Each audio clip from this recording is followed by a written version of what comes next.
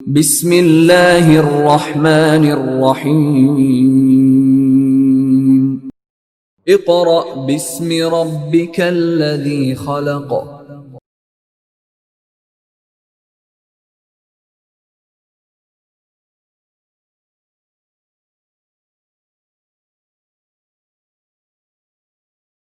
Bismillahirrahmanirrahim. Dear parents and students, Assalamu alaikum. In the previous lecture, we started unit number 1, which was problem solving. We studied first two steps of problem solving, which were defining the problem and understanding a problem. Now we will study third step, which is planning a solution. ये हमारा बेटा work for day 3 है। Work for day 3 में हम step number 3 study करेंगे, planning a solution. Work for day 4 में इंशाल्लाह हम जो रिमेनिंग 2 स्टेप्स रह गए हैं 4 और 5 वो हम देखेंगे। तो इसका मतलब आज के लेक्चर में हमारा मेन जो फर्स्ट टॉपिक है इस पूरे चैप्टर का प्रॉब्लम सॉल्विंग स्टेप्स वो कंप्लीट हो जाएगा। ठीक है, step number 3 planning a solution. सबसे पहले प्लानिंग का मतलब आपको पता है, आप प्लान करते हैं, कोई ख़ास आप कोई चीज़ें लिखते हैं या आप दिमाग में सोचते हैं कि मैंने इस चीज़ को करने के लिए क्या प्लान करना है। आप अपना दिन गुजारने के लिए भी थोड़ा सा प्लान बनाते हैं कि फ़र्ज़ करें मैंने इतने से इतने बजे तक स्कूल जाना है, फिर मैंने स्कूल से वापस आना है, अपना कुछ पढ़ना है, इस वक्त खाना खाना है, इस वक्त कोई ब्रेक करनी है, मतलब कुछ खेलना है। ये सब आप टाइम टेबल जैसे बनाते हैं, अपना स्केड्यूल बनाते हैं। ये सब चीज़ें बेटा आप प्लान कर रहे हैं अपने जहन में। ठीक है, तो हम सोल्यूशन भी प्लान करते हैं। प्रॉब्लम को सॉल्व करने के लिए अगर हम कोई प्लानिंग नहीं करेंगे तो फिर बेटा हमें कोई समझ नहीं आएगी हम सोल्यूशन को कैसे अचीव करेंगे। ठीक है, या हम प्रॉब्लम को कैसे सॉल्व करेंगे। यहाँ पे उसने कुछ पॉइंट्स लिखे हुए हैं। सबसे पहले वो इसी पॉइंट पे फोकस करता है कि फॉर्मुलेशन ऑफ प्लान। फॉर्मुलेशन का मतलब बनाना, कि आप क्रिएट करते हैं कोई प्लान क्रिएट करना बहुत ज़रूरी है बेटा अपनी प्रॉब्लम्स को सॉल्व करने के लिए। ठीक है, बाकी कुछ बातें हम वो देख लेते हैं बुक में अभी। उसके बाद उसने बातें लिखी हुई हैं right strategy for solving a problem. अब टोटल बेटा उसने 4 स्ट्रेटजीज दी हुई हैं आपकी बुक में जो आप फॉलो कर सकते हैं प्रॉब्लम को सॉल्व करने के लिए, उसके सोल्यूशन को निकालने के लिए। ठीक है, अब ये हम पे डिपेंड करता है या उस प्रॉब्लम पे डिपेंड करता है कि हम कौन सी स्ट्रेटजी को फॉलो करें। ठीक है, शायद एक स्ट्रेटजी एक प्रॉब्लम के लिए सही हो, दूसरी प्रॉब्लम के लिए वो ना सही हो। तो ये डिपेंड करता है नेचर ऑफ द प्रॉब्लम पे कि हम कौन सी स्ट्रेटजी अप्लाई करें। हम सबसे पहले फर्स्ट जो उसने पैराग्राफ में लिखा हुआ है वो पढ़ते हैं फर्स्ट स्टेप के बारे में बुक से। 1.1.3 page number 4 planning a solution. After analysing a problem we formulate a plan. Analyse हमने किया था बेटा लास्ट जो हमने लेक्चर लिया था डे 2 में, हमने एनालाइज करना सीखा था। 5W से हम आइडेंटिफाई करते हैं, इस तरह हम प्रॉब्लम एनालिसिस कर लेते हैं। After analysing a problem we formulate a plan that may lead us towards the solution. जो हमें सॉल्यूशन की तरफ लीड करता है या रास्ता दिखाते हैं हमें उस तरफ का। This phase includes finding the right strategy for problem solving. अब आपने बेटा इस फेज़ में प्लानिंग सोल्यूशन में राइट स्ट्रेटजी अपनानी है ताकि आप अपने प्रॉब्लम को सॉल्व कर सकें। ठीक है, स्ट्रेटजी का मतलब होता है हिकमत अमली। तो आप इसको स्ट्रेटजी को वैसे करने, कोई काम करने का अंदाज ये भी कह सकते हैं। ठीक है, हम किस तरह वो काम करेंगे। यहाँ पे बेटा टोटल 4 लिखी हुई हैं उसने स्ट्रेटजीज। मैं थोड़ा सा आपको ओवरव्यू दे देता हूँ पहले, उसके बाद फिर हम बेटा इसको देखेंगे। ठीक है, सबसे पहला बेटा डिवाइड एंड कॉन्कर। यही आपके पास लव्स 10th की जो बुक है फर्स्ट चैप्टर उसमें भी मैंने इनको पढ़ाया और लिखा हुआ भी है उसमें। वहाँ पे डिवाइड एंड कॉन्कर के साथ एक और भी है नाम उसने लिखा हुआ है टॉप डाउन डिज़ाइन। ये भी वर्ड उसने लिखा हुआ है। ठीक है, हम दोनों को देखते हैं क्या है। डिवाइड का मतलब वैसे क्या होता है उर्दू में तकसीम करना। ठीक है, तकसीम पार्ट्स में डिवाइड करना। एंड कॉन्कर का मतलब वैसे तो होता है बेटा आप कहते हैं ना किसी ने वो फोर्ट है वो कॉन्कर कर लिया, किला फतह कर लिया। तो कॉन्कर का मतलब वैसे तो होता है फतह करना, मतलब इस तरह कॉन्कर फतह के मीनिंग में आता है। अब यहाँ पे कंप्यूटर में क्या मतलब है कॉन्कर का या प्रॉब्लम में क्या मतलब है कि बेटा आप अपनी प्रॉब्लम्स को ना, एक जो प्रॉब्लम है आपकी, अगर कोई प्रॉब्लम बहुत बड़ी है आपकी तो आप उसको छोटी छोटी सब प्रॉब्लम्स में डिवाइड कर लेते हैं। ठीक है, इसलिए उसने लिखा है डिवाइड एंड कॉन्कर, और फिर एक एक को कॉन्कर करते हैं, एक एक पे फोकस करते हैं। कॉन्कर का मतलब आप यहाँ फोकस कह सकते हैं या सिर्फ एक पे आपने ध्यान देना है, एक प्रॉब्लम पे। डिवाइड करने का ये फ़ायदा हुआ कि आपने जब एक बड़ी प्रॉब्लम को छोटी प्रॉब्लम से डिवाइड कर लिया तो इससे क्या हुआ, आप उन छोटी प्रॉब्लम से फोकस करेंगे, वो जल्दी भी सॉल्व हो जाएंगी। इससे क्या होगा, फिर बड़ी प्रॉब्लम खुद ब खुद सॉल्व होती जाएगी। इसका दूसरा नाम मैंने लिखा है टॉप डाउन डिज़ाइन, ये भी वही मतलब है, टॉप डाउन। टॉप पे फर्ज करें आपकी प्रॉब्लम है बड़ी और आहिस्ता आहिस्ता आप उसको पार्ट्स में क्या कर रहे हैं, देखें डिवाइड कर रहे हैं, तो आहिस्ता आहिस्ता वो क्या हो रही है, छोटी हो रही है। आप टॉप से चल के डाउन आ रहे हैं, ऊपर से नीचे आ रहे हैं, ठीक है। तो टॉप पे बड़ी प्रॉब्लम है, जैसे जैसे नीचे आ रहे हैं तो आप सब प्रॉब्लम से उसको डिवाइड करते जा रहे हैं। तो यही बेटा फ़ायदा है इस स्ट्रेटजी का कि आप किसी बड़ी प्रॉब्लम को छोटी सब प्रॉब्लम से डिवाइड कर सकते हैं। इसको कहते हैं डिवाइड एंड कॉन्कर, और बुक में आपका ये नाम नहीं है लेकिन 10th की बुक में लिखा हुआ ये टॉप डाउन डिज़ाइन। ये बड़ा इंपॉर्टेंट है एनालिसिस फेज़ में, वहाँ उसने एनालिसिस में दिया हुआ था ये, यहाँ उसने प्लानिंग में दिया हुआ है, ये भी इसी में तकरीबन आ जाता है। मैंने बताया था कुछ चीज़ें इसमें थोड़ी चेंज होंगी 10th के फर्स्ट चैप्टर से। नेक्स्ट है बेटा नंबर 2, गेस, चेक एंड इम्प्रूव। जो फर्स्ट वाला गेस, ये तो हमने वर्क फॉर डे 1 या 2 में भी हमने थोड़ा सा मैंने बताया था कि क्या मतलब होता है, जहाँ हमने पढ़ा था यूज़ गेसेस, ठीक है, हम अंदाजे लगाते हैं। तो गेस यहाँ वही है, अंदाज़ा करें आप, चेक और अंदाज़ा जो लगाया है उसको चेक करें क्या ये सही भी है कि नहीं, एंड इम्प्रूव, और फिर इम्प्रूव करें। अब इम्प्रूव कब करेंगे आप, जब आपको पता लगेगा कि जो आपने गेस लगाया है वो एग्जैक्ट सही नहीं लग रहा मुझे, तो हम थोड़ा सा उसमें इम्प्रूवमेंट करते हैं, ठीक है, देखते हैं कहाँ गलती की है हमने। वो कैसे पता चलता है गलती का, जब हम उसको चेक करते हैं। तो ये तीनों एक साथ चलते हैं, गेस करते हैं पहले आप, फिर उसको करते हैं चेक, और अगर कोई प्रॉब्लम हो तो उसको फिर करते हैं इम्प्रूव, ठीक है। तो गेस, चेक एंड इम्प्रूव, ठीक है। उसके बाद है बेटा act it out. Act it out के लिए उसने लफ्ज़ लिखा हुआ एक बुक में, टू डू लिस्ट, कि आप लिस्ट बना लेते हैं। जैसे आप घर में अगर तो आपने एक दिन की बनानी है प्लानिंग कि मैंने इस दिन में ये काम करने हैं, अगर बहुत से काम हैं तो आप क्या करते हैं, बना लेते हैं लिस्ट, उसको कहते हैं टू डू लिस्ट, कि आपने जो जो काम करने हैं उसकी एक लिस्ट बना लो पेज पे। तो एक्ट इट आउट में ये होता है कि बेटा आप एक लिस्ट बनाते हैं पेज पे और उसको देखते हैं कि मैं ये कर लिया है, ओके टिक कर दिया, फिर नेक्स्ट किया, ये भी कर लिया, टिक हो गया। तो मतलब आप साथ साथ चेक करते रहते हैं उसको जो आपने काम कर लिए हैं। लिस्ट की फॉर्म में आप एक तो टॉपिक्स या कुछ हेडिंग्स या कुछ पॉइंट्स लिख लेते हैं, ठीक है, ताकि आपको पता लग जाए। आखिरी है प्रोटोटाइप, और ब्रैकेट में लिखा हुआ है ड्रॉ। ड्रॉ से पता लग गया होगा, ड्रॉ में कोई ना कोई डायग्राम, कोई ग्राफिक या कुछ पिक्चर आपने ड्रॉ करनी है, ठीक है। प्रोटोटाइप का मतलब यहाँ ये है कि आपने, अगर आपको समझ नहीं आ रहा कि कौन सी स्ट्रेटजी मैं करूँ फॉलो प्रॉब्लम को सॉल्व करने के लिए, तो आप फिर क्या करें, आप पिक्चर बना लें उसकी। जैसे हमने वर्क फॉर डे 1 में पिक्चर से एक प्रॉब्लम को सॉल्व किया था, हॉर्स वाली, ठीक है, जिसमें हमारा लास्ट में आंसर 21 आया था। तो ये बेटा यहाँ भी वही बात कर रहा है कि आप उसकी पिक्चर बना लिया करें, इससे ज़्यादा आसान होता है। हमने ये भी पढ़ा था, picture speaks louder than words, ठीक है, ये हमने सेइंग भी पढ़ी थी। तो इसलिए बहुत ज़रूरी है कि आप उसका क्या बना लें, ड्राइंग बना लें या पिक्चर बना लें, ठीक है। अब हम इसको बुक से देखते हैं और उसके बाद फिर डे 3 का काम कंप्लीट करते हैं। Divide and conquer, this strategy divides a complex problem into smaller problems. Complex का मतलब डिफिकल्ट, लार्ज भी आप कह सकते हैं, वैसे कॉम्प्लेक्स और लार्ज दोनों के लिए होती है। कॉम्प्लेक्स का मतलब difficult. This strategy divides a complex problem into smaller problems. मैंने यहाँ बताया था सब प्रॉब्लम्स को यहाँ उसने स्मॉलर प्रॉब्लम्स लिखा है, ठीक है, छोटी प्रॉब्लम्स में। आगे guess, check and improve. The designer guesses a solution to a problem. यहाँ डिजाइनर का मतलब बेटा ये समझ लें प्रॉब्लम सॉल्वर, जो प्रॉब्लम को सॉल्व कर रहा होता है, डिजाइनर, यहाँ ये मीनिंग है उसका, designer. The designer guesses a solution to a problem and then checks the correctness of the solution. Correctness मतलब कितना वो सही है।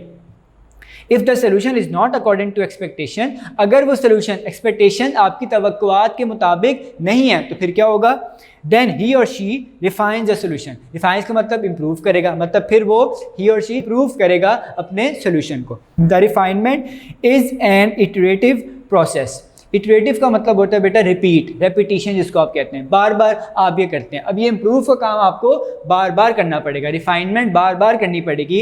गैस और चेक पे डिपेंड करता है रिफाइनमेंट की, गैस चेक करते रहेंगे, साथ साथ फिर आप उसको रिफाइन भी करते रहेंगे। तो ये एक इटरेटिव प्रोसेस है, ठीक है। इटरेटिव वैसे ज़्यादातर लफ्ज़ लूप्स में यूज़ होता है प्रोग्रामिंग में, क्योंकि लूप्स में बार बार आपको एक स्टेप करना पड़ता है। तो यहाँ पे रेपिटेशन जिसको आप कहते हैं रिपीट, इसके मीनिंग में ये इटरेटिव, ठीक है।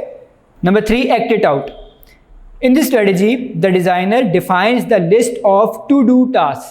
टास्क लिख दिया, काम मतलब आप जो बनाते हैं टू डू लिस्ट, ठीक है, वही आप उसने करना है। The designer in this strategy the designer defines the list of to do task. Afterwards he or she performs the task. इसके बाद बेटा वो टास्क परफॉर्म करते हैं उस लिस्ट के मुताबिक। लास्ट है बेटा prototype, draw. This technique draws a pictorial. Pictorial का मतलब होता है picture form, pictorial representation of the solution. It is not the final solution. अभी हम बेटा फाइनल सोल्यूशन पे गए ही नहीं है, अभी तो हम सिर्फ प्लानिंग कर रहे हैं, तो इसलिए उसने कहा it is not the final solution. However it may help a designer to understand the important components of the solution. लेकिन इससे क्या होगा, जो इंपॉर्टेंट पार्ट्स हैं, कंपोनेंट्स का मतलब होता है पार्ट्स, इंपॉर्टेंट पार्ट जो होते हैं उसको अंडरस्टैंड करने में उसको आसानी हो जाएगी, ठीक है, उसकी हेल्प करेगा ये प्रोटोटाइप या ड्रॉ, ठीक है। लास्ट से बेटा पैराग्राफ वही बात जो मैंने आपको शुरू में बताई थी कि ये किस बात पे करता है डिपेंड, कि आपने कौन सी स्ट्रेटजी को फॉलो करना है आपकी प्रॉब्लम की नेचर पे। Last paragraph, the selection of a strategy depends upon the problem, it is quite important that one strategy may be more suitable to implement a solution than the other one। मैंने बताई है कि एक strategy अगर first करें divide and conquer किसी एक particular problem पे सही अप्लाई हो रही है तो शायद वो किसी और प्रॉब्लम पे अप्लाई ना हो, किसी और प्रॉब्लम पे शायद ये वाली स्ट्रेटजी अप्लाई हो जाए, किसी और पे फोर्थ वाली हो जाए, एक और प्रॉब्लम पे सेकंड वाली हो जाए। तो बेटा डिपेंड करते हैं नेचर ऑफ द प्रॉब्लम पे। दोबारा पढ़ो लाइन में, it is quite important that one strategy may be more suitable, ज़्यादा सूट कर रही हो उसको, टू इम्प्लीमेंट करने के लिए, अप्लाई करने के लिए, इम्प्लीमेंट का मतलब यहाँ अप्लाई लिख दें आप, implement a solution then the other one, एक बजाय के दूसरे के। देखें ना, अगर आप एक प्रॉब्लम इससे सॉल्व करें शायद एक दूसरी प्रॉब्लम इससे सॉल्व ना हो, वो इससे हो जाए या इससे हो जाए या इससे हो जाए, मतलब चारों में से कोई भी आप स्ट्रेटजी अप्लाई करें और ज़रूरी नहीं है कि वो हर प्रॉब्लम के लिए एप्लीकेबल हो, ठीक है। वेरी स्पेसिफिकली, मतलब वो कह रहे हैं कोई खास बात खास होगा, वेरी स्पेसिफिकली खास तौर पे बात कर रहे हैं वो। Very specifically the selection of the strategy depends upon the nature of the problem. मैंने आपको बताया था कि जो नेचर ऑफ द प्रॉब्लम है उस पर डिपेंड करता है कि आपने कौन सी स्ट्रेटजी को अप्लाई करना है, ठीक है। तो यहाँ पे बेटा हमारा पेज नंबर 4 भी कंप्लीट हो गया और स्टेप नंबर 3 भी कंप्लीट हो गया। उसके बाद हम next page number 5 work for day 4 में पढ़ेंगे। मैं शॉर्ट क्वेश्चन आपको बता दूँ जो आपके यहाँ तक हैं। Page number 2, question number 10, what do you know about planning a solution? After analyzing a problem, we formulate a plan that may lead us towards the solution of a problem. This phase includes finding the right strategy for problem solving. Question number 11, write down the strategies for planning a solution. Some strategies of planning a solution are, ये बेटा 4 steps लिखने हैं आपने, सिर्फ नाम लिखने हैं इनके, ठीक है। उसके बाद बेटा next, what do you know about divide and conquer strategy. अब हर एक स्ट्रेटजी के बारे में बताना है, एक एक लाइन में, 2-2 लाइनों में। This strategy divides a complex problem into smaller problems. ये इतना ही है तो इतना ही आएगा। Question number 13, what do you know about guess, check and improve strategy. ये बेटा आपने पूरा लिखना है जितना बुक में लिखा हुआ है। Question number 14, what do you know about act it out strategy. ये भी बेटा जितना लिखा हुआ है बुक में, 1 या 2 लाइनें, उतना ही लिखना है। Page number 3, question number 15, what do you know about prototype draw technique. ये भी बेटा आपने जितना बुक में लिखा हुआ है उतना ही लिखना है, ठीक है। उसके बाद बेटा question number 16, what strategy should be selected for planning the solution of a problem. कौन सी स्ट्रेटजी आपको करनी पड़ती है सिलेक्ट, ये बेटा डिपेंड करता है नेचर ऑफ द प्रॉब्लम। ये जो मैंने भी आपको लास्ट पैराग्राफ पढ़ाया था वही इसका आंसर है। The selection of a strategy depends upon the problem, it is quite important that one strategy may be more suitable to implement a solution then the other one. Very specifically, the selection of the strategy depends upon the nature of a problem. उसने आखिरी line में ही बात की कि very specifically, तो ख़ास एक बात को अगर आपने पूरी बात को एक लाइन में बताना है तो वो ये है कि नेचर ऑफ द प्रॉब्लम पे डिपेंड करती है आपकी सिलेक्शन ऑफ स्ट्रेटजी, ठीक है। यहाँ पे क्वेश्चन नंबर 16 तक बेटा हमारा वर्क फॉर डे 3 कंप्लीट हो गया। आपने इसको अच्छी तरह से देखना है क्योंकि नेक्स्ट डे में हम 2 स्टेप्स एक साथ करेंगे, जो लास्ट 2 स्टेप्स हैं प्रॉब्लम सॉल्विंग स्टेप्स के, ठीक है। तो यहाँ तक हमारा वर्क फॉर डे 3 कंप्लीट होता है। स्टूडेंट्स अब हम स्टार्ट कर रहे हैं work for day 4। Work for day 4 में हमने प्रॉब्लम सॉल्विंग स्टेप्स के स्टेप नंबर 4 और 5 को स्टडी करना है। स्टेप नंबर 4 है डिफाइनिंग कैंडिड सॉल्यूशंस। अब कैंडिड का मतलब मैंने आपको बताया था लेक्चर नंबर 1 में, वर्क फॉर डे 1 में थोड़ा सा बताया था, आज हम इसको एक्सप्लेन करके पढ़ेंगे। लफ्ज़ मैंने यहाँ लिखा हुआ स्पॉन्टेनियस और अनप्लैंड। स्पॉन्टेनियस का मतलब होता है बेटा अचानक, सडन, आप इसको कहते हैं, और अनप्लैंड मतलब आपने प्लानिंग नहीं की होती, वही अनइंटेंडेड भी इसको आप कहते हैं कि आपका इरादा नहीं होता और आप अचानक वो चीज़ हो जाए। मैंने आपको एग्जांपल दी थी, बड़ी आसान चीज़ जो बहुत आप लोग देखते होंगे, कैंडिड पिक्चर या कैंडिड फ़ोटो। वो अनप्लैंड होती है बेटा, मतलब आपने कोई ख़ास आप प्लान नहीं होता और अचानक फ़ोटो कोई आपकी खींच ले, या खुद कहें किसी को। फ़र्ज़ करें अब मैं इधर इस तरह मैंने हाथ रखा हुआ और मैं बुक रीड कर रहा हूँ और अब मेरी कोई पिक्चर यहाँ से लेगा तो ये होगी कैंडिड, क्योंकि ये स्पॉन्टेनियस है, अचानक किसी ने लिया है, कोई प्लान नहीं था, तो अचानक उसने किसी बंदे ने मेरी तस्वीर ले ली, ये हो गया कैंडिड पिक्चर। एक पिक्चर है जो अब कैंडिड नहीं होती, मतलब आप प्रॉपर खड़े होते हैं, कैमरे की तरफ देख रहे होते हैं। अब जैसे मैं खड़ा हूँ, ये कैंडिड नहीं है, ये आप प्लान कर रहे हैं, आपको पता है क्या हो रहा है आपके साथ, तो अचानक नहीं होता। तो जो अचानक चीज़ हो उसको आप कहते हैं कैंडिड, स्पॉन्टेनियस और अनप्लान्ड। अब यहाँ पे प्रॉब्लम में क्या मतलब है कैंडिड का, बेटा कभी कभी प्रॉब्लम को सॉल्व करते वक्त आपके जहन में अचानक कोई ख्याल आया कि मुझे लग रहा है कि ये प्रॉब्लम इस तरह सॉल्व हो सकती है और जल्दी हो सकती है, या कुछ जहन में ख्याल आता है अचानक आपके, ठीक है, तो वो है कैंडिड सोल्यूशन। अब यहाँ पर उसने कहा है डिफाइनिंग कैंडिड सोल्यूशन, कि आप कोशिश करें डिफाइन करें कोई भी कैंडिड सोल्यूशन। अब कैंडिड सोल्यूशन बेटा हमारा एक तो टाइम सेव करते हैं, ये बड़ी इंपॉर्टेंट है, अगर तो वो सही हमें आ जाए दिमाग में, हम इम्प्लीमेंट भी कर लें उनको, तो वो टाइम हमारा बचाते हैं, ठीक है, क्योंकि बस अचानक आया है, आपने कुछ लिखा नहीं है उसके बारे में, आप फ़ौरन उसको इम्प्लीमेंट कर सकते हैं। लेकिन एक और इसका डिसएडवांटेज है कि बेटा ज़रूरी नहीं है कि आपका कैंडिड सोल्यूशन हर बार सही हो, ठीक है, तो यहाँ सोल्यूशंस लिखा है इसलिए कि आप एक से ज़्यादा फिर बनाते हैं, ठीक है, तो हम कभी ये ज़रूरी नहीं है कि आपका कैंडिड सोल्यूशन हमेशा सही हो, ठीक है। दूसरा इसका मैंने यहाँ बता दिया आपको, कैंडिड सोल्यूशन सेव्स टाइम, कि आपका अगर एक कैंडिड सोल्यूशन है वो आपका टाइम बचाता है, सेव करता है। आगे मैंने दो हेडिंग्स लिखी हैं बेटा, एग्जाम्पल और एक्टिविटी। अब ये एग्जाम्पल एक उसने बुक में दी हुई है, वही हम रीड करते हैं, और साथ एक एक्टिविटी भी है। दोनों एक्टिविटीज़ और एग्जाम्पल जो हैं वो बेटा स्कूल से रेलिवेंट हैं, ठीक है।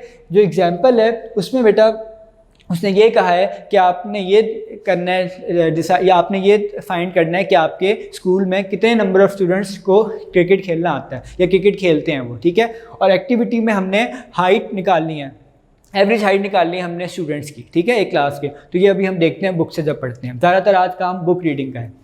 1.1.4 Defining candid solutions. The word candid refers to something spontaneous and unplanned. Spontaneous का मैंने मतलब बता दिया था आपको, अचानक या सडन, एंड अनप्लान्ड का मतलब अनइंटेंडेड, गैर इरादी तौर पर, मतलब आपने कोई प्लान नहीं किया होता, इरादा नहीं किया होता। फॉर एग्जाम्पल, अब एग्जाम्पल सुने बेटा गौर से। If you are asked to find number of students in your school who can play cricket, अगर आपसे कहा जाए, आपसे पूछा जाए कि आप अपने स्कूल में उन स्टूडेंट्स के बताएं जो क्रिकेट खेलते हैं। आज to find the number, find करनी आपने इनकी तादाद, number of students in your school who can play cricket. You can estimate by finding cricket players. Estimate का मतलब अंदाज़ा लगाना, ठीक है, आप अंदाज़ा लगाते हैं। Bye finding cricket players in your class, मतलब आप क्या करते हैं, अपनी क्लास में जो आपकी क्लास में हैं बच्चे जो खेलते हैं, स्टूडेंट्स खेलते हैं क्रिकेट, उनका आप अंदाज़ा लगा लेते हैं कि अंदाज़ मुझे लग रहा है ये खेलता होगा। फिर आप क्या करेंगे, उनको जो आपने अंदाज़ा लगाया होगा, फर्स्ट करें 10 स्टूडेंट्स हैं, ठीक है, उसको फिर आप मल्टीप्लाई कर देंगे नंबर ऑफ़ क्लासेस से जो आपके स्कूल में है, तो इससे आपका आंसर आ जाएगा, ठीक है। ये है कैंडिड सोल्यूशन बेटा, कि आपने जल्दी से उसका आंसर बता दिया अंदाज़ा लगा के, मतलब 10 है, फर्स्ट करो 10 क्लासेस है तो 10 × 10 100, इस तरह बेटा ये हम आंसर निकाल सकते हैं, ठीक है। लेकिन जो सही इसका आंसर है वो भी उसने आगे बताया, सही क्या तरीका है करने का इसको। You can estimate by finding cricket players in your class and then multiplying it by the total number of classes in your school. ये मैंने बता दिया, मल्टीप्लाई कर दें total number of classes से। Your answer in this way is the candid solution. ये क्या है बेटा, आपका candid solution, spontaneous, अचानक आपके दिमाग में आपने फ़ौरन सॉल्व कर लिया इसको। To find exact number of cricket players, अब exact है, exact मतलब बिल्कुल accurate, जो आपकी स्टूडेंट्स की जो accurate आपकी स्टूडेंट्स की तादाद है वो देखनी है। To find exact number of cricket players, अब आपने exact number of cricket players बतानी है, जो accurate आपके पास आएगी, आंसर जो accurate आएगा वो आपने अब बताना है।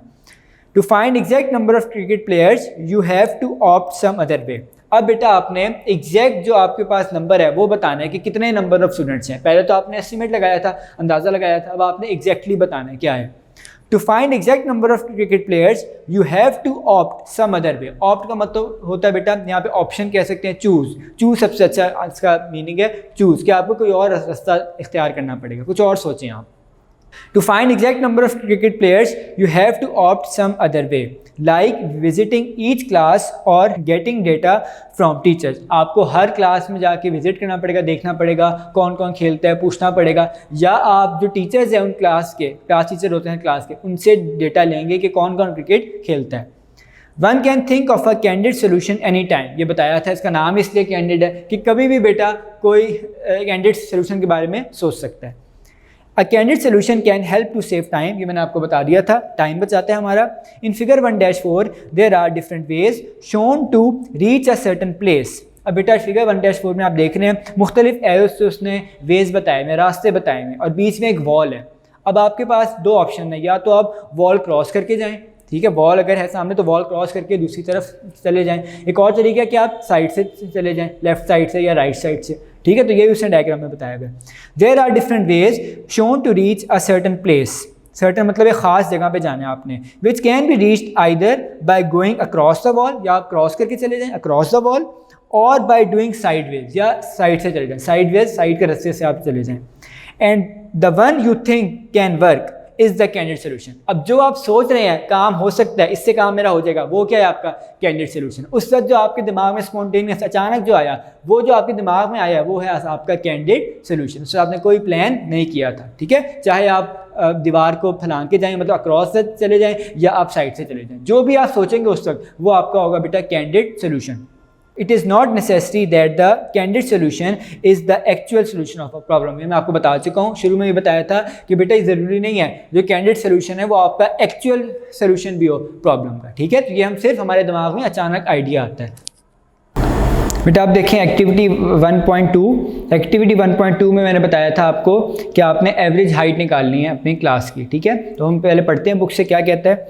Your task is to find average height of your class fellows, give a candid answer and also the method to find the exact solution. वो कहते हैं दोनों चीज़ें बतानी है, कैंडिड आंसर भी, कैंडिड सोल्यूशन भी, और एग्जैक्ट सोल्यूशन भी। पहले वो बताएगा आपको एग्जैक्ट सोल्यूशन, फिर बताएगा कैंडिड। तो क्या हो सकता है बेटा आपके ख्याल में एग्जैक्ट सोल्यूशन तो आपको पता है, आप हाइट मेजरिंग टेप से मेजर करते हैं, ठीक है। ज़्यादातर मेजरिंग टेप से ही मेजर की जाती है, वैसे तो अब और भी इंस्ट्रूमेंट्स आ गए लेकिन मेजरिंग टेप से ज़्यादा की जाती है, ठीक है। तो कहते हैं one method is to use a measuring tape, mark the height of the tape on the tape and then read the exact measurement from the tape. आपको पता है कैसे मेजर की जाती है हाइट फर्स्ट करें, मैं यहाँ खड़ा हूँ तो मैं इस तरह सीधा खड़ा हो जाऊँगा, और मेजरिंग टेप मैं कहाँ से, जो मेरा हेड है वहाँ से मैं स्टार्ट करूँगा, कोई दूसरा बंदा आएगा, मैं खुद तो नहीं कर सकता, तो मैं यहाँ पे आके एक निशान लगा लूँगा। यहाँ पे फर्स्ट करें मैंने ये निशान लगा लिया, अब मैं मेजरिंग टेप का जो स्टार्ट पॉइंट है वो यहाँ रखूँगा, जीरो जो होता है, और फिर मैं एंड तक जहाँ तक मेरे पाँव थे ज़मीन तक वहाँ तक मैं मेजर कर लूँगा। तो इस तरह बेटा आप एक एक करके हर स्टूडेंट की हाइट को मेजर कर लेंगे, और फिर क्या होगा एवरेज निकालेंगे। एवरेज कैसे निकलेगी, तमाम को आप प्लस करेंगे, ऐड करेंगे तमाम स्टूडेंट्स की हाइट को, और उसको टोटल नंबर ऑफ स्टूडेंट्स पे डिवाइड कर देंगे, जितने भी स्टूडेंट्स हैं आपकी क्लास में, ठीक है। तो इस तरह आपको एवरेज हाइट निकल आएगी एग्जैक्ट सोल्यूशन से, मेजरिंग टेप से, ठीक है। नेक्स्ट है कैंडिड, और you can even find out the, अब मैं बेटा थोड़ा दोबारा पढ़ा रहा हूँ कि मैंने रीडिंग पूरी नहीं कराई थी आपको। After recording the height of every student you can calculate the average height of all the students in your classroom। मैं सारा बता चुका हूँ आपको। नेक्स्ट पैराग्राफ, और you can even find out the candid height of a student through some object of known height। अब बेटा वो कहता है अगर आपने कैंडिड सोल्यूशन निकालना है, कैंडिड सोल्यूशन क्यों निकाल रहे हैं बेटा, फर्ज करें आपने मेजर करनी थी हाइट, मेजरिंग टेप नहीं है या कोई और प्रॉब्लम्स हो गई हैं, तो आपके दिमाग में कैंडिड सोल्यूशन क्या आएगा कि आप किसी चीज़ को रेफरेंस बना के किसी ऑब्जेक्ट को और हाइट ले लेंगे। कैसे देखें, फर्ज करें ये बुक है, उसने भी बुक की एग्जाम्पल दिया है, मैं भी बुक से पढ़ाता हूँ आपको और बुक की एग्जाम्पल देता हूँ। बुक से पहले पढ़ें, like a book, let's say that the height of your text book is 8 centimetre. वैसे बेटा 8 सेंटीमीटर तो बहुत ही छोटा होता है, इतनी तो हाइट नहीं होती किसी बुक की। मैं आपको यहाँ से समझा देता हूँ। फर्ज करें आपकी ये बुक मेरे पास है, इसकी मैं हाइट कर लेता हूँ, मगर मैं नीचे नहीं जा सकता ज़मीन पे क्योंकि नज़र नहीं आएगा आपको, मैं यहाँ ही रख रहा हूँ फिलहाल। आप क्या करते हैं, इसकी हाइट पहले बुक की क्या कर लेते हैं, मेजर कर लेते हैं, ठीक है। अगर आपने हाइट मेजर कर ली और आप निशान लगा दें टॉप पे, फर्ज करें ये आपका एंड है और ये स्टार्ट है, ठीक है। मैंने यहाँ क्या किया है, 2 ब्लू कलर के निशान लगा दिए। अब ये मैंने रेफरेंस बना लिया बेटा इस बुक को। अब मैं क्या करूँगा, फर्स्ट करें उसने चले बुक वाली एग्जांपल दी हुई है, हम वही करते हैं। 8 सेंटीमीटर, ये कितनी है इसकी हाइट, 8 सेंटीमीटर, ठीक है। 8 सेंटीमीटर इसकी हाइट है। अब अगर मैंने, अब ज़रूरी तो नहीं है हर बच्चे की हाइट, ज़ाहिर है बेटा मुख्तलिफ हाइट्स होती हैं, 8 सेंटीमीटर हर किसी की तो नहीं होगी, तो मैं अगला मुझे जो चाहिए रीडिंग वो मैं किस तरह लूँगा, मैं दोबारा इस बुक को लूँगा और दोबारा निशान लगा दूँगा इस तरह 8 पे। तो अब ये बन गया, ये 0 था फर्ज करें, 8 सेंटीमीटर ये बन गया, और 8 + 8 16 सेंटीमीटर ये बन गया। इस तरह फिर आगे मैं 24, 32 लिखता जाऊंगा। तो मैं ये क्या बना रहा हूँ, रेफरेंस बनाया मैंने किसी ऑब्जेक्ट को, बुक को, ठीक है। अब देखें, let's say that the height of your text book is 8 centimetre, you can mark the height of the book on a wall. अब वॉल तो नहीं है, मैं फिलहाल बोर्ड पे आपको बता रहा हूँ, आप वॉल पे भी करेंगे, आप मार्क कर लेंगे जैसे मैंने ये मार्क किया, ठीक है। उसके बाद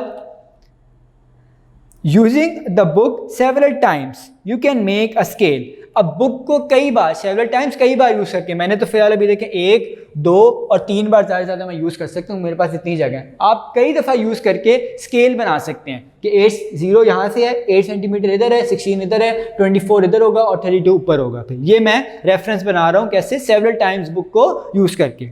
using the book several times you can make a scale with intervals of 8 centimetre. ये मैंने बताया, 0 ये हो गया, ये 8 सेंटीमीटर, फिर ये 16, फिर 24, 32, इस तरह ये आप 8 के इंटरवल्स बनाते जाएंगे।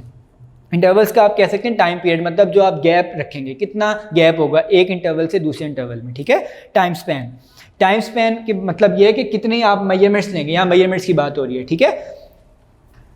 नेक्स्ट है, then by standing next to the wall you can get a candid solution to the students height. अब फर्ज करें कोई स्टूडेंट इस तरह खड़ा हुआ है बेटा, तो जहां वो मार्क आ रहा होगा जो आपने अब मैंने लगाया था, वो उसकी क्या होगी बेटा, हाइट होगी। अगर फर्ज करें किसी की आ रही है 8 पे या 16 पे, फर्ज करें यहाँ इतना तकरीबन ये 16 सेंटीमीटर मेरी आ रही है, तो मैंने यहाँ निशान लगा के नोट कर लूँगा, ठीक है। ये है कैंडिड सोल्यूशन। जब आपको पता ना चल रहा हो, मेजरिंग टेप आपके पास ना हो, प्रॉपर इंस्ट्रूमेंट ना हो, तो आप क्या करेंगे, आप इस तरह फिर रेफरेंस बना के इस बुक को आप मेजर कर लेंगे हाइट, ठीक है। ये पेज नंबर 5 हमारा कंप्लीट हो गया, इसी के साथ हमारा स्टेप नंबर 4 भी कंप्लीट हो गया। स्टेप नंबर 5 भी बेटा बहुत आसान है, एग्जाम्पल से उसने हमें बताया हुआ और बहुत अच्छी एग्जाम्पल दी हुई है। स्टेप का नाम देखें, ये मैं 16 सेंटीमीटर बेटा रेस कर रहा हूँ क्योंकि अब एग्जाम्पल हो गया ये। Number 5, selecting the best solution. ये लास्ट स्टेप है बेटा हमारा, कि हमने जो सोल्यूशन निकाले थे, कैंडिडेट निकाले या एग्जैक्ट जो भी निकाले, हमने उसमें से बेस्ट सोल्यूशन बेटा चूज़ करना है। कैसे करना है सिलेक्ट, वो देखते हैं। एग्जाम्पल ऑफ नेम सर्चिंग, अब उसने एग्जाम्पल से बेटा आपको समझाया है कि आपने नाम सर्च करना है स्कूल में किसी भी बच्चे का, किसी भी स्टूडेंट का, ठीक है। तो वो किस तरह करेंगे, उसके 4 तरीके उसने बताए, ठीक है। 4 में से जो सबसे बेस्ट आपको लगेगा आप वो फॉलो करेंगे, ठीक है। देखते हैं वो कौन कौन से हैं। सबसे पहले हम देखते हैं क्या बुक में। Sometimes we find, page number 6, 1.1.5, selecting the best solution. Sometimes we find more than one solutions of a problem and select the best one amongst them. हम उनमें से जो सबसे बेस्ट होगा वो चूज करते हैं फिर या सिलेक्ट करते हैं। For example, assume the names of all the students in your school are available on a website. फर्ज करें वेबसाइट आपके स्कूल की, उस पर तमाम स्टूडेंट्स के नंबर अवेलेबल है। And you are asked to search a particular name, और आपने किसी खास नाम को सर्च करना है, ढूंढना है किसी खास नाम को। You can solve this search problem bye either of the following method. अब ये 4 मेथड्स बताए बेटा उसने, ये चारों मेथड बेटा इस तरह के हैं कि ये असल में उसने बताया ओल्ड एज से न्यू एज में, या ओल्ड टेक्नोलॉजी से न्यू टेक्नोलॉजी में, या ओल्ड मेथड से न्यू मेथड पे, कि पुराने दौर में अगर आप इस ना काम कर रहे होते तो किस तरह करते, अब नए दौर में आप किस तरह करेंगे। स्टेप नंबर 1, सबसे जो पुराना दौर है, पहले जो होता था वो बताया हुआ उसने। वो क्या है, पहला method, look at each name on the website one by one until the name is found और the list is over। ये बहुत लंबा मेथड है बेटा, एक एक करके आप उस वेबसाइट पे लिस्ट देखें और देखते जाएं जब तक वो लिस्ट कंप्लीट नहीं हो। ये तो बहुत टाइम लग जाएगा बेटा आपको, ठीक है। इतना तो आप पता नहीं, शायद एक दिन लग जाए पूरा, कितने स्टूडेंट्स हो, ठीक है, डिपेंड करते हैं नंबर ऑफ स्टूडेंट्स पे। ये स्टेप नंबर 1 तो बहुत पुराना तरीका है। स्टेप नंबर 2, और स्टेप नंबर 1 तो टाइम भी बहुत कंज्यूम करेगा आपका। Step number 2, take print outs and search the required name. ये बेटा एक लिहाज से कुछ बेहतर है, लेकिन ये भी टाइम कंज्यूमिंग है। प्रिंट आउट तो आप निकाल लेंगे क्योंकि कंप्यूटर पे कितनी देर तक आप देखते रहेंगे। प्रिंट आउट में ये होगा कि आप एक प्रिंट अपने पास रखेंगे, एक अपने किसी फ्रेंड को दे देंगे, एक लिस्ट एक उसको दे देंगे, मतलब 3-4 का ग्रुप बना के आप प्रिंट आउट लेके और फिर सर्च करेंगे उस नाम को। ये भी वैसे टाइम कंज्यूमिंग है, लेकिन पहले वाले से थोड़ा सा कम है, ठीक है। Number 3, copy names, put them in Excel sheet. अब आप नामों को कॉपी करें और एक्सेल शीट में डाल दें। आपने 8th क्लास में पढ़ा था स्प्रेडशीट, एक्सेल का हमने सॉफ्टवेयर पढ़ा था। तो ये बेटा वो कह रहा है कॉपी करो नामों को वेबसाइट से और एक्सेल स्प्रेडशीट में एंटर कर दो, ठीक है। Put them in Excel sheet and sort their in alphabetical order. आपको पता है एक्सेल में सॉर्टिंग की जाती है, आपके सिलेबस में नहीं थी, लेकिन अल्फ़ाबेटिकल सॉर्टिंग हो जाती है एक्सेल में। तो वो क्या कह रहा है, कॉपी करो वेबसाइट से नेम, उसके बाद एक्सेल शीट में उनको डालो और फिर उसके बाद उनको सॉर्ट कर दो, ठीक है। अल्फ़ाबेटिकल ऑर्डर में, अल्फ़ाबेटिकल ऑर्डर में सर्च हो जाएंगे तो आपको आसानी हो जाएगी ढूंढने में, क्योंकि आपने अगर फर्स्ट आपको लेटर मिल गया उस नेम का तो आप खुद ब खुद ढूंढ लेंगे, फिर जल्दी मिल जाएगा आपको। Searching in a sorted list is comparatively easy. आप बेटा आसानी से, कदरे आसानी से सॉर्ट कर सकते हैं अगर आपने इस तरह एक्सेल में उनको कॉपी कर लिया, ठीक है। इस तरह आपको आसानी हो जाएगी सर्च करने में।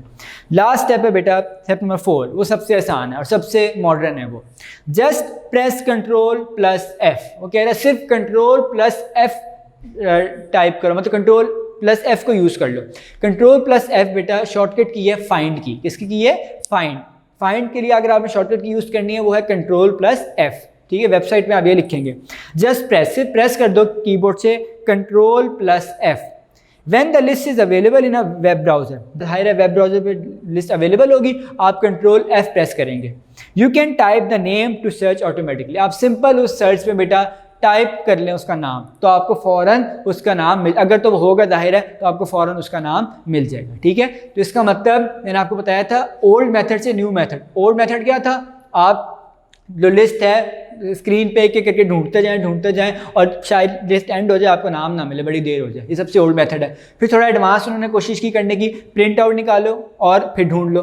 तो उसके बाद थर्ड मेथड उन्होंने कहा कॉपी करो, ये थोड़ा और एडवांस था, कॉपी करो एक्सेल में उनको जाके पेस्ट कर दो या लिस्ट बना लो और सॉर्ट कर लो, सॉर्ट के फंक्शन या मुख्तलिफ चीज़ें होती हैं एक्सेल में, उस तरह ढूंढ लो।